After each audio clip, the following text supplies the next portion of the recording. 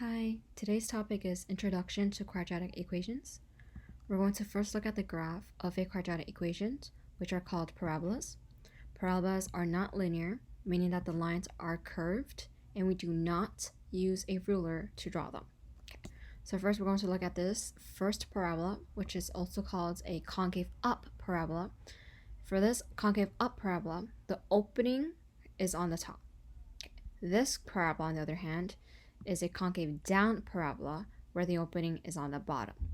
Okay, so each of these parabola has either a minimum or a maximum. Okay, so this minimum or maximum are also called vertex. Okay, so a vertex is the maximum or minimum point of the graph.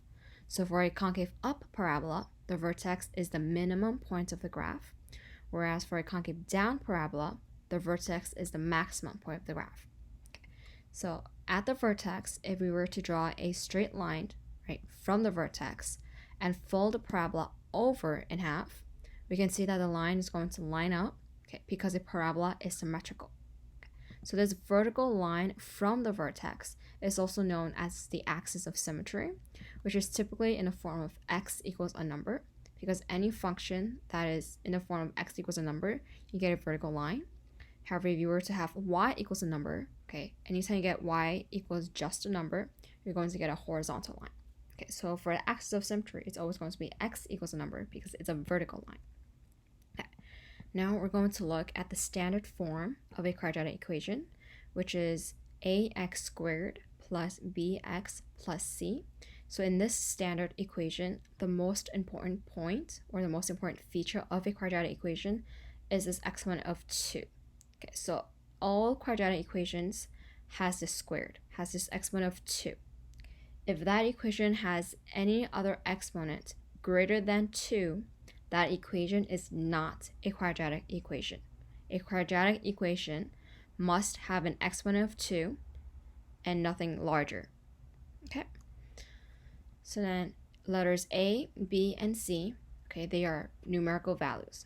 So for each quadratic equation, A, B, and C each represents only one respective numerical value.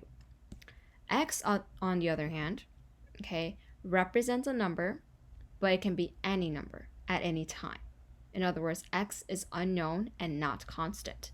So x is also known as a variable because it is a value represented by a letter because it is unknown. Okay. Another example of a variable would be 5w plus 2. Okay, so because w is a letter, okay, and we don't know what it represents yet, w is a variable. Okay, now we're going to look at a and b. Okay, so the common feature of a and b, okay, is that they are not only numbers, but they are numbers next to a variable. Okay, so a number next to a variable is also known as a coefficient. Okay, so a coefficient is a numerical value next to a variable. Another example would be 13z. So z is a letter, okay, so it's a variable.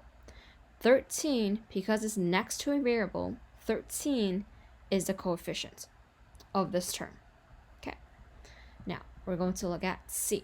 So c is a number all by itself. Okay, so any number by itself is called a constant, right? So a constant is a term that is only a numerical value, meaning that this number is not next to a variable. An example would be 99k minus 16. Okay, 99 is a coefficient because it is next to a variable k. 16, on the other hand, is by itself, so 16 is a constant. Okay, now we're going to look at the exponents. Okay, so 2 is an exponent on top of a variable. Okay, any exponent on top of a variable is called a degree. Okay, so the degree is the exponent on the variable. The highest degree will be the largest exponent value on the variable. So for a quadratic equation, the highest degree will always be the number 2. Okay, it cannot be greater than 2. If it is greater than 2, it is not a quadratic equation. Okay. Another example of a degree would be this term, 4x to the 57th power. Okay, so remember a degree is an exponent. So in this term, the only exponent is 57. So 57 in this case is the degree. as it is also the exponent of the variable. Okay. Now we're going to look at y equals x squared. So y equals x squared is the mother function of all quadratic equations, meaning that any other form of a quadratic equation results from some alternation of this equation and this graph. Okay, so now we're going to look at how letters A, B, and C, okay, affects this mother function. So first we're going to look at A. So A has two effects on the mother function. So the first effect is it determines whether or not the parabola is going to be concave up or down. If A is a positive value, then the parabola will be concave upwards. If A is a negative value, okay, the parabola will be concave downwards. Okay, so if it's a positive A, you're going to get a minimum. Okay, so the vertex is the minimum point of the graph. If A is negative, okay, then you're going to get a maximum point. So the vertex will be the maximum point of the graph. Okay. Another effect that A has on the parabola, okay, is whether or not the parabola will be narrow or wide. Okay. So if A is less than 1, okay, the parabola will be narrower. The smaller the A value is from the number 1, the narrower the parabola will be. On the other hand, if A is greater than 1, okay, then the graph will be wider. The larger the A value is from the number 1, the wider the parabola would be. Okay, so A has two effects. It can cause a parabola to be concave up or down. It can also cause a parabola to be narrower or wider. Okay. Now we're going to look at how B affects the graph. So B is going to move the axis of symmetry of the parabola side to side, so left to right. So using the mother function x squared as a reference point, right? So for this mother function x squared, the axis of symmetry is at x equals 0, which also happens to be the y-axis. If we were to have a positive b value, okay, the axis of symmetry is going to move to the left. Okay, so first we're going to see how the graph looks like with a positive b value. So positive b value, the graph shifted to the left, and the axis of symmetry also shifted to the left. Okay, so now what happens if the b value is negative? So using the same x squared as the reference point. Okay, if b is negative, the axis of symmetry is going to move to the right. Okay, so first we're going to see how the graph looks like with just a negative b value. Okay, so we move to the right. Now, because the graph moved to the right, the axis of symmetry also moved to the right, okay, as shown here. So in summary, B, the numerical value of B, is going to move the axis of symmetry to the parabola side to side, so left to right. Okay.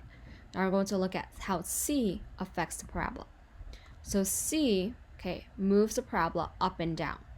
Okay, so again, we're going to use y equals x squared as the reference point. So at this point, okay, if we were to have a positive c value, the parabola is going to move upwards, as shown here. Now what happens if we have a negative c value? Okay, so using y equals x squared again as a reference point, if c is negative, the parabola is going to move down. Okay, it's going to move down, as shown here. So in summary, c is going to cause the parabola to move either upwards or downwards. Now, we're going to practice drawing a quadratic equation. Okay, so just by looking at this question, okay, which is draw the graph for y equals x squared minus 2x plus 3. Just looking at this question, okay, just looking at this equation with reference to the mother function y equals x squared, we can see that this graph is going to be shifted to the right, meaning the axis of symmetry is going to be towards the right, because b, right, is a negative number, -2.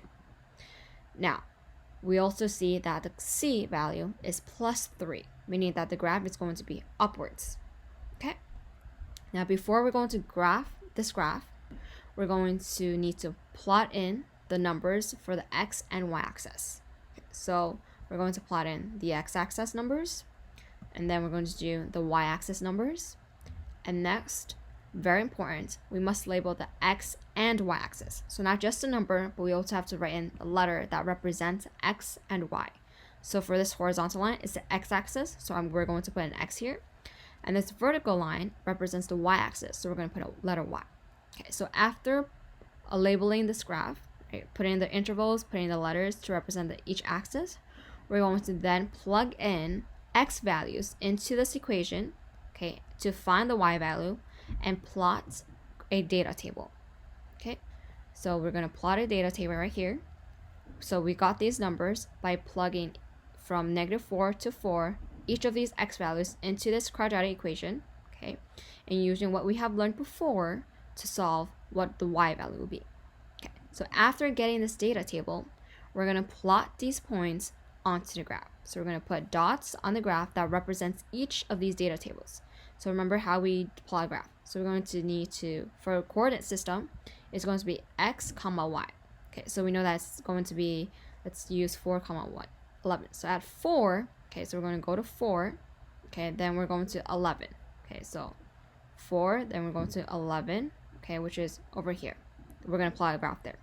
Okay, and you're going to do the same thing for each of the other points.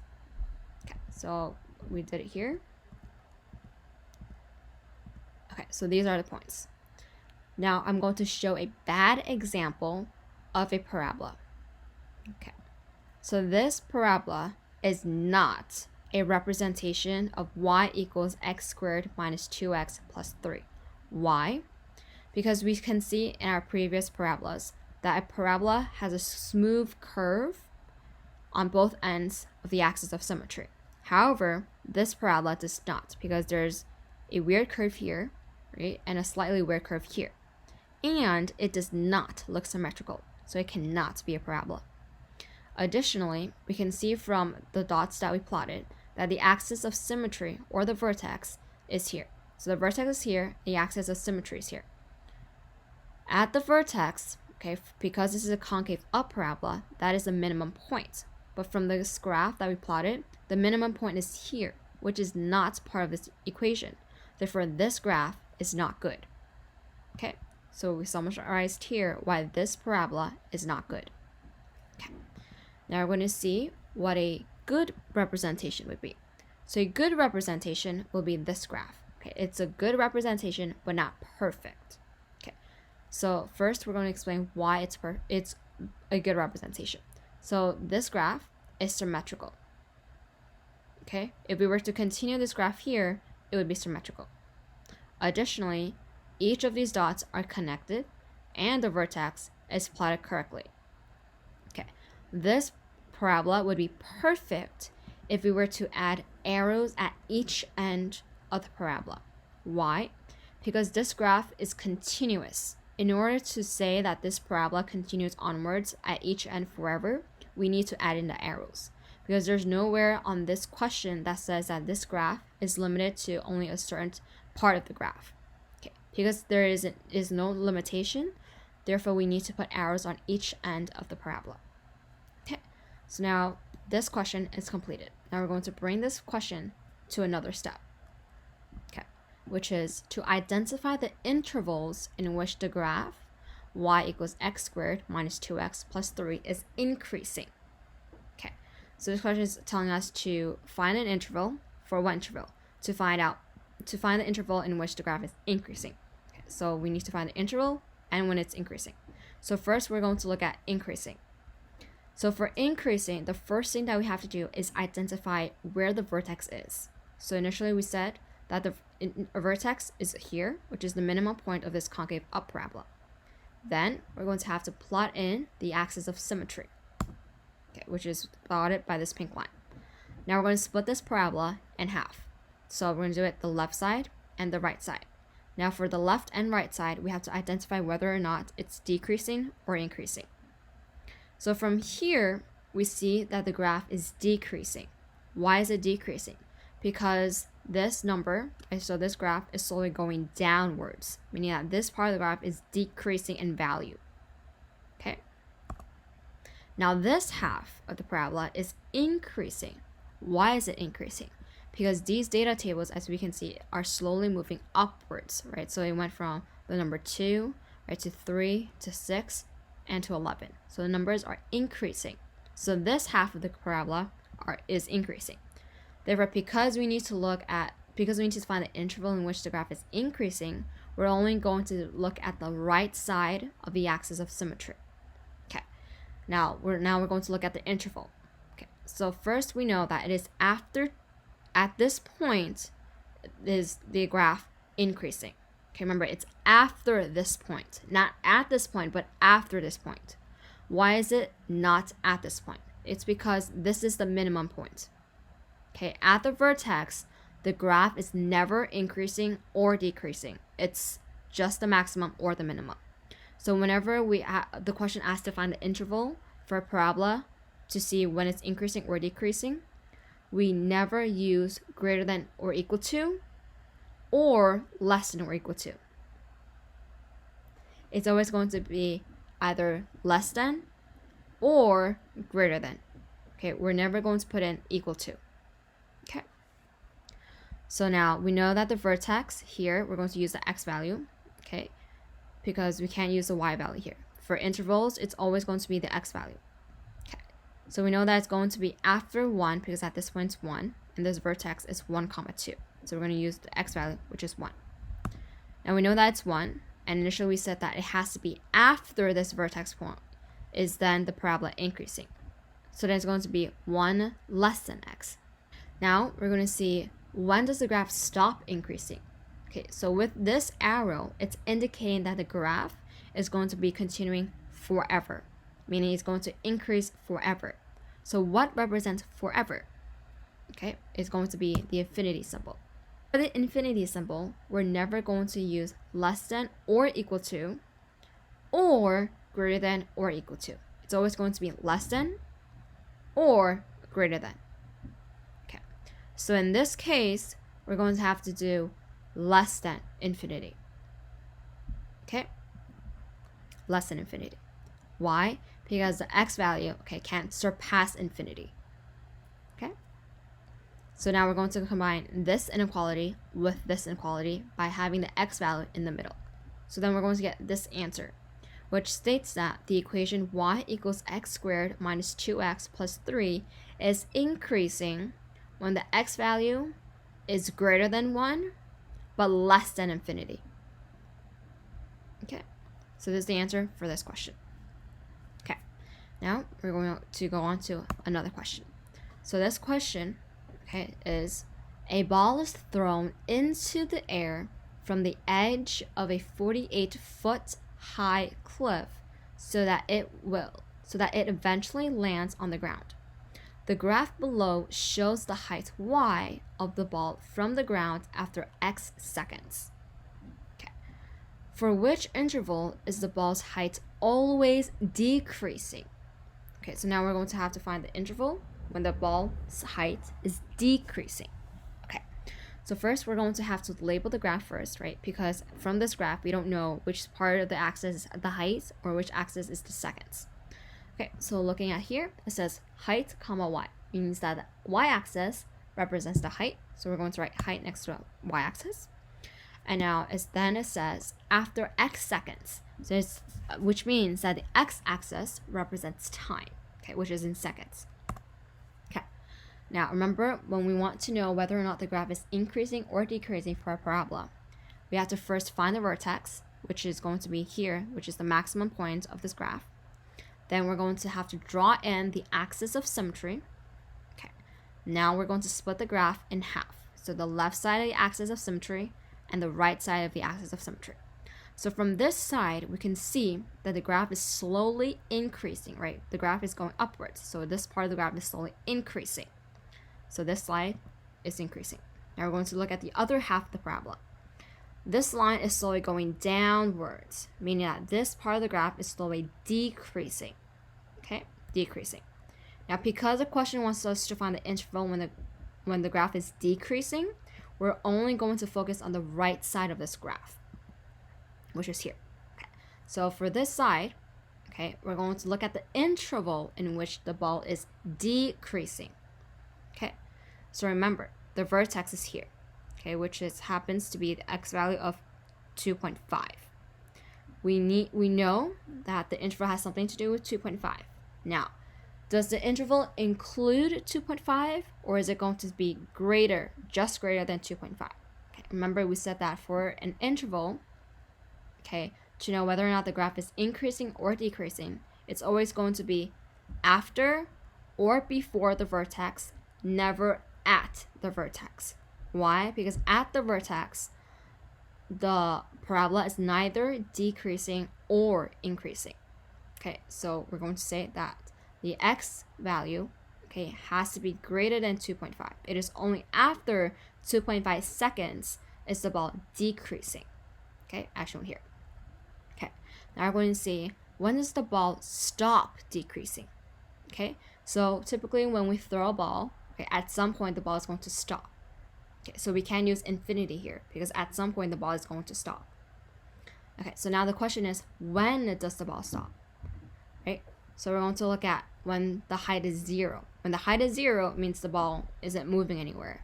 Okay, so we're going to look at y is 0, okay, which is on the y-axis. So we're going to go to 0, which is here, and go all the way to the end to find when, at what time is y equals 0. So it is at this point when y is 0, which happens to be 5.5 seconds. Okay, now we know that the interval has something to do with 2.5 and 5.5. Now the question is the time going to include 5.5 seconds? Okay, the answer will be no. Why don't we include 5.5 seconds? Okay, well, that's because at 5.5 seconds, the ball is not increasing or decreasing. Okay, at 5.5 seconds, the ball is on the ground already. Okay, because it's on the ground already, it can't be decreasing. Which is why, for this interval, right, the ball stops decreasing, okay, right before 5.5. So combining this inequality and this inequality, we're going to get choice 3, which says that the ball is decreasing during the time interval of 2.5 seconds and 5.5 seconds, but not including 2.5 seconds or 5.5 seconds. Okay, so that's for this question. Now, good luck on the practice problems. Be careful with your calculations and make sure to check over your work.